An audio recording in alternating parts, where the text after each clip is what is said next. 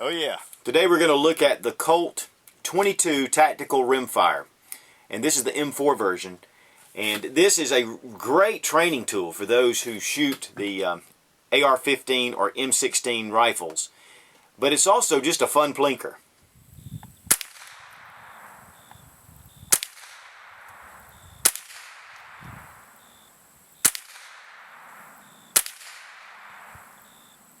Now, because of the rise in popularity of the so-called black rifle or the AR-15 rifle system, there has been a lot of people looking for a 22 rimfire or an inexpensive alternative to shooting the 223. And there are a number of companies now that have come out with copies of the M4 system. And one of them, of course, is Colt. It has 4 models actually, and you can check them out on their website. But also Ruger, Smith & Wesson, and H&K has come out with one. What's really funny about this rifle is, even though it's licensed by Colt, it's made by Walther. So it has German engineering behind it, America's most favorite rifle. I was at a gun show this weekend, and I kept seeing all the many different tactical carbines. I shoot the AR-15. I have a number of them, and I really love the rifle. But as you know, and as much as I shoot, ammunition is very expensive. 223 is getting more and more expensive. So I thought, a great training tool and a great way to cheaply shoot my favorite rifle, the AR-15. I did choose the Colt. They had the other different kind of models there. I've heard a lot of good things coming from those different models. So this is not a superiority video for me to say that the Colt is the best, but I'll tell you a couple of reasons why I chose the Colt over the Smith & Wesson and over the H&K and Ruger. And I believe also that Bushmaster is now making a copy as well. Now here's a full shot of the Colt M4 Ops rifle, and as you can see, it is very close. In fact, really you can't tell. There are just very minor differences. And that's really the reason why I went with the Colt system. Ruger takes a 1022 and they just kind of reconfigure it. But I really wanted something that was exactly like the Colt system.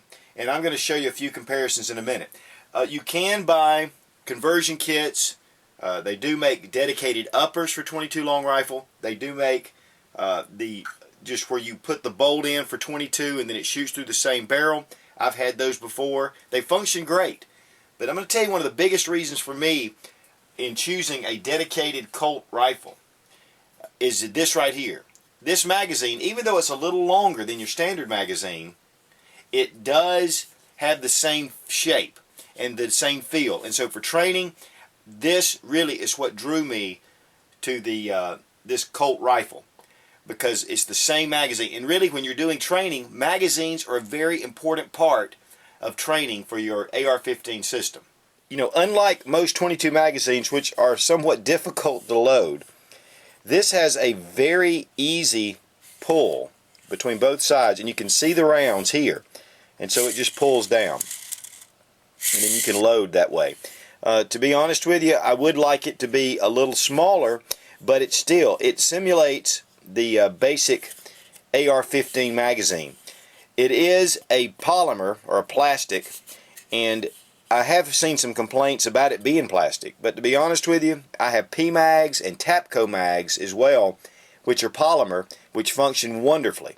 So that's really not an issue with me. It is a little bit longer than the basic AR-15 M16 magazine. But it isn't the real thin little magazine that goes in most of your Colt style 22 long rifle semi-automatic black gun. Now, one thing I'm going to show you right away is when I pull this dust cover pops back, and as you can see, this chrome little bolt here, it's a blowback action. It just pops back with the recoil. It's set up though to push the recoil to the shoulder, just like the original Colt. One of the things too you'll notice is, of course I talked about the forward assist already. The forward assist is when the gun begins to not seat the bullet completely into the chamber, you can take the forward assist and push it forward, which is on the A2 models. The early A1s did not have forward assist. This gun just has it to duplicate or replicate the original. But here it's just for show.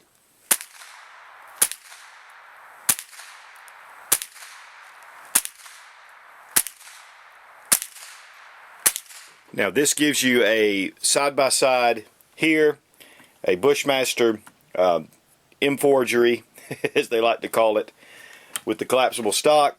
We have the collapsible stock on the Colt.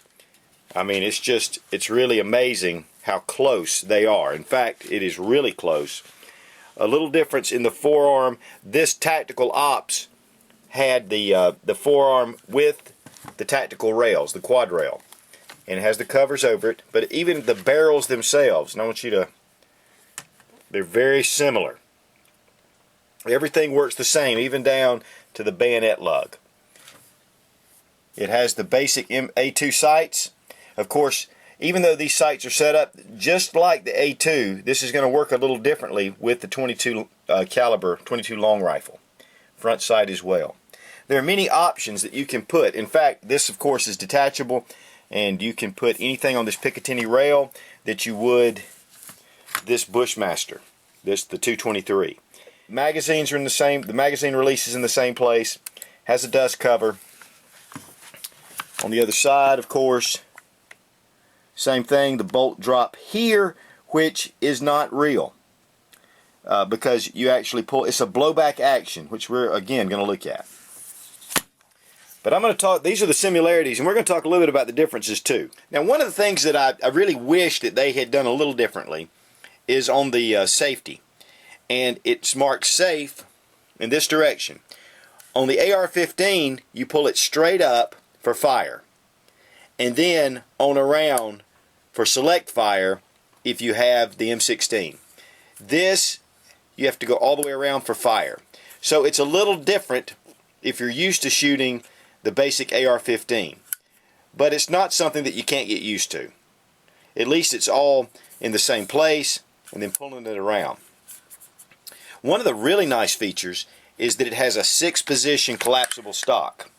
And it goes to 6 positions, which gives you a lot of extra, and I think that's just a basic Colt feature, even though these are made by Walther. And it's a nice one. It is a little bit of a wobble, but with 22, that's not really a problem. You know, and I don't know, and I've kind of tried to find out. I've only had this gun now for a week, but I'm not sure if, one of the things I like to use is a single point sling, and I'm not sure about if this is compatible with the AR-15 basic accessories. They do have plenty of accessories that go with this rifle, but I believe that it is the same, but I'll have to get back with you on that. Of course, it has the same style pistol grip. Here we have the quad rail, and you pull this tab out to pull the plate off. I'm not going to necessarily pull the plate off, but as you see, this is open, which this is where you grip anyway. But this is great for flashlights, lasers, and for a forward grip, which many people really like the forward grip. They do make flip down sights. Of course, you can customize this gun however you'd like. Now, while I was at the gun show, there were 2 specific guns that I was really back and forth on. The Colt M4 carbine and the Smith & Wesson MP22. The MP22 is actually $100 less. I think it ran about $395 or something like that. This one dealer was selling them for. This was about $100 more. I think it was right at $500. It was like $495, of course with tax. But this is all metal construction. The weight is very similar to the basic AR-15. The Smith & Wesson, because it was a polymer frame, and I believe even the upper here was polymer, it was so lightweight that it reminded me a lot of my airsoft AR-15. I was willing to spend the extra money for the weight difference. Now, with that said, I've heard that the Smith & Wesson M&P is an excellent rifle and shoots very well. So, no complaints, but this was just a preference for me. I just chose this because it was all metal construction. And to be honest with you, I love Colt. And that little horse on there, even though Walther made it, which I love Walther, I chose this gun. H&K makes a beautiful copy also of the AR-15 style rifle in 22, and that was one. It was actually a little bit more than this M4, but I really like the Colt.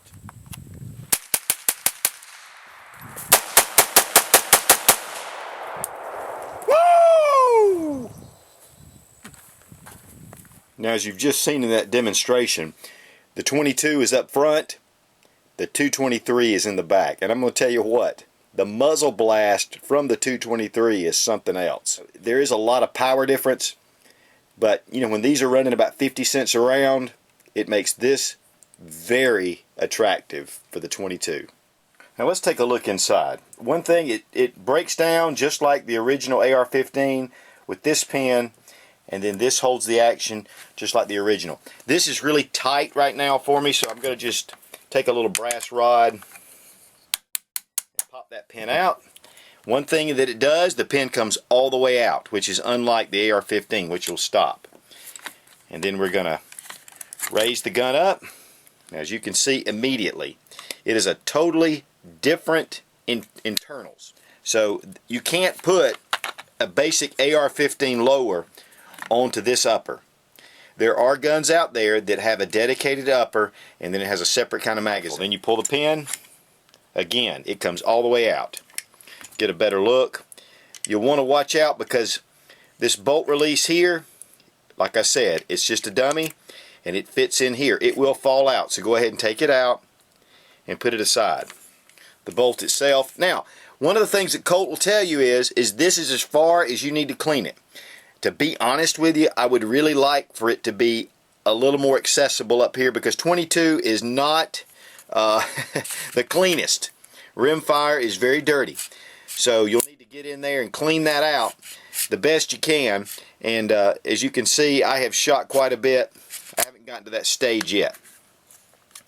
But it says it'll void the warranty if you begin to pull all this out. Now, one feature that I really like about this Colt is that it has a place here that you can adjust for the ammo power. And you put it has a wrench supplied, just a little Allen wrench, and you turn it to go either low powered ammunition or higher velocity ammunition. And it'll give you all the instructions.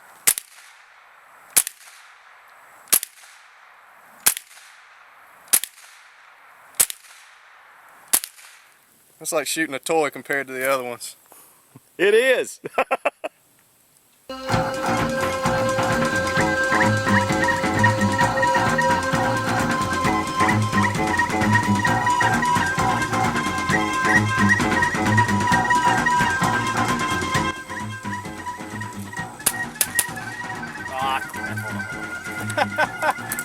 I got him! I got him!